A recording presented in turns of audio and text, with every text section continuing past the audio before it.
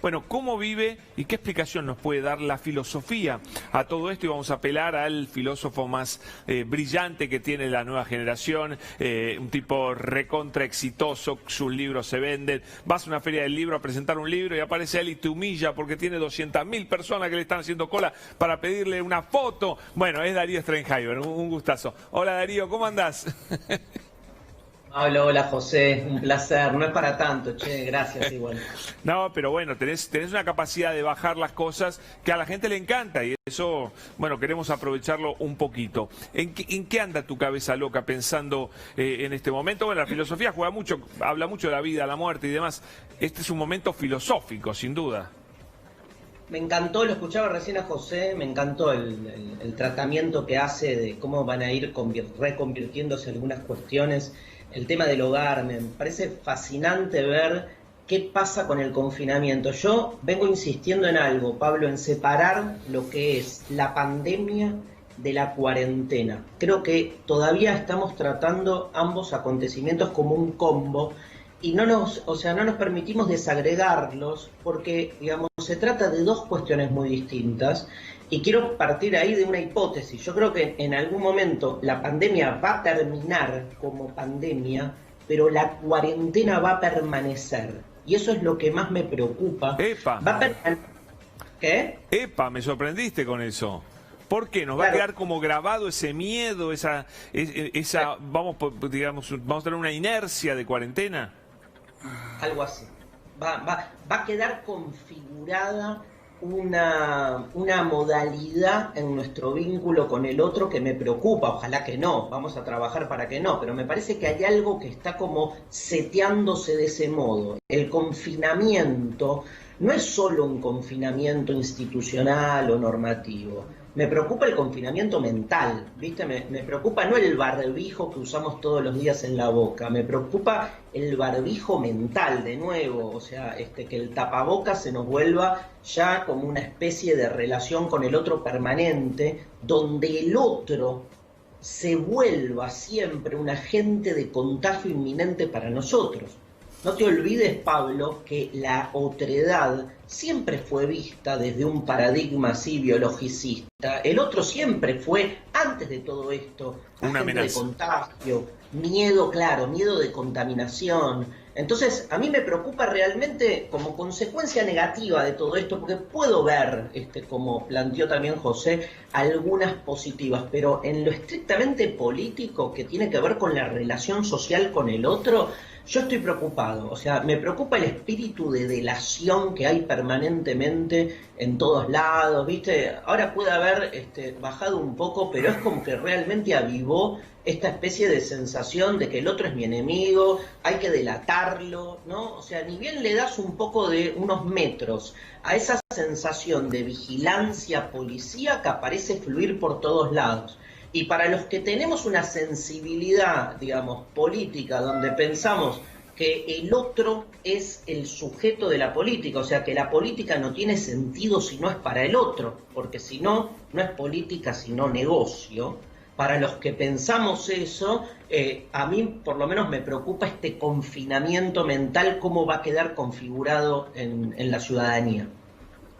Darío, por lo que decís en esta perspectiva sombría que estás trazando de lo que viene, ¿vamos a salir peores de la pandemia y de la cuarentena en tu mirada? Yo creo que, digamos, yo distinguiría lo político de lo existencial. Primero no sé cómo vamos a salir porque no sé si vamos a salir, además, ¿no? No, es bueno eso, porque por ahí no terminamos nunca de salir y vivimos en este nuevo mundo raro. Sí, hay algo de eso, ¿no, José? Como que se van instalando nuevas normalidades. Uno piensa como que todo este proceso tiene que tener un final con esa especie de representación imaginaria que vamos a volver a la etapa anterior, ¿no? Como que todo esto fue un gran sueño, una gran pesadilla, que en algún momento se terminará y entonces todo volverá a ser como antes. Pero esa es una forma de pensar. Otra forma de pensar es que esto se va a instalar en la nueva normalidad que se está construyendo ahora, y nada, que el coronavirus por ahí será domesticado, domeñado, de algún modo amaestrado, pero será parte de nuestra vida y se incorporarán algunas de las prácticas que se generaron frente a esto. Yo por eso quiero siempre remarcar la diferencia entre la pandemia y la cuarentena, porque la pandemia, José, es un hecho, digamos, médico, que tiene un tratamiento científico, ¿sí? Ahora, la cuarentena es una reacción pensada desde la política institucional, que no es la única posible. De hecho, vemos otros países que, digamos, tuvieron otras prácticas con otros resultados. Digo, los números demuestran que este tipo de cuarentena, tal como se estableció por ahora en la Argentina, por lo que muestran ahora los números, es la mejor manera de reaccionar para un gobierno que está pensando en el cuidado total de la población. Porque evidentemente hay otros países donde se decidieron cuarentenas más flexibles, que lo que hicieron fue dejar que el virus avance justamente en cuarentenas más flexibles en aquellos sectores más desprotegidos. Pero ¿no? Darío, Entonces, porque también tiene mucho que ver las características sociales de nuestro país, tan diversas, tan diferentes, con tanto sector postergado y demás, de todo un análisis de América Latina al respecto, ¿no? Pero te quiero preguntar, vos que sos filósofo, estás siempre haciendo referencia a la muerte, esto de que estamos todos los días contando muertos, que tenemos miedo de morirnos, que es como que la muerte nos ronda mucho más de cerca. O por lo menos somos conscientes, porque la muerte nos ronda siempre cerca, ¿no? Salís a la calle y te atropello colectivo, ¿no? Digo, ¿cómo nos afecta eso? ¿Cómo nos pega en nuestro ser humano? sí, esa es la otra línea, ¿no? Por eso me preguntaba José, yo digo, políticamente soy más pesimista. Sombrío es mucho, José, igual, pero más pesimista. Sí, en lo existencial, ahí soy más optimista. Yo creo que hay como un cimbronazo. Cuando llamo lo existencial, digo, ¿de qué manera impactó? Nada, en vos, Pablo, a vos te cambió la vida. Yo veo que en tu trabajo, José, que a José lo conozco porque compartimos hijos en la escuela, nos cambió la vida a nivel de lo que es el cotidiano, las proyecciones para el año, los proyectos en general, hasta lo vocacional, lo vincular. Cuando nos ponemos a pensar cómo todo este acontecimiento nos llevó puesto un año casi, digo, después depende de cada uno si está abierto o no a lo que este socavamiento de nuestra realidad cotidiana nos genera. Digo, hay mucha gente que no se lo banca, se aferra fuertemente a seguir en la cuarentena teniendo la misma vida productiva que tenía antes. Yo no puedo creer que haya gente que sigue poniéndose el despertador, armándose una vida productiva ordenada como si no estuviese en cuarentena. Pero es la gente que necesita aferrarse a cierto orden porque siente cierta angustia frente a la inmensidad de incertidumbre que provoca el desbordamiento de la frontera, que es de la frontera del tiempo, que es algo muy propio de lo que nos está pasando. Ha cambiado de manera directa nuestra experiencia cotidiana del tiempo. El tiempo ya es el mismo, el tiempo está desquiciado, como decía Hamlet, ¿no? en Shakespeare, en la obra Hamlet, cuando Hamlet ve al fantasma de su padre, lo que exclama es, el tiempo está fuera de quicio. ¿Por qué? Porque ve fantasmas. ¿Y saben qué?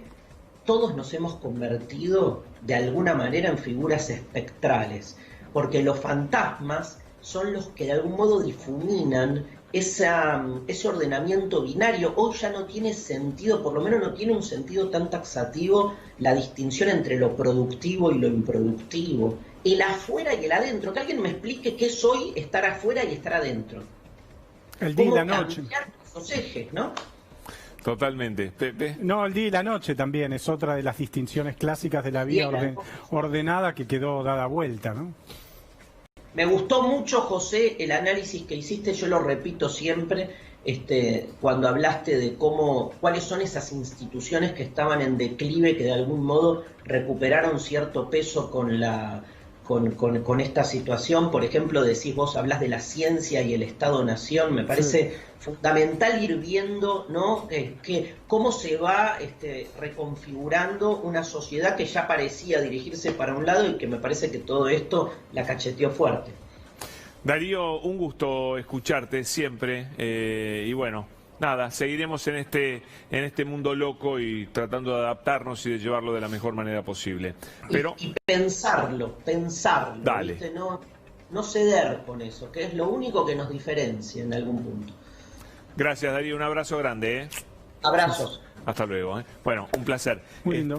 ¿Alguna reflexión final sobre esto? Sí, que hay mucho para pensar, y si uno se pone, y para leer, y se está produciendo algo muy interesante, Pablo, que es un debate global alrededor de estos temas. Esto que estamos discutiendo acá se está discutiendo en todo el mundo, en todos los idiomas, al mismo tiempo, y eso no había pasado nunca, porque todos los países están pasando más o menos por lo mismo. Sí, y vamos paso a paso, pensando, analizando, no nos volvamos locos, que no nos tome, nos devore la ansiedad y la angustia, porque no vamos a llegar a ningún lado. ¿Estamos pasando un momento muy difícil? Sí, sin duda. Sí, es una maratón, ¿no? Es una maratón donde estamos nosotros entrando en el momento donde ya no querés dar un paso más, ¿no? Pero sabés que en algún momento las fuerzas te aparecen y continúan. Bueno, es el momento para que aparezcan esas fuerzas para seguir para adelante. Volvemos en un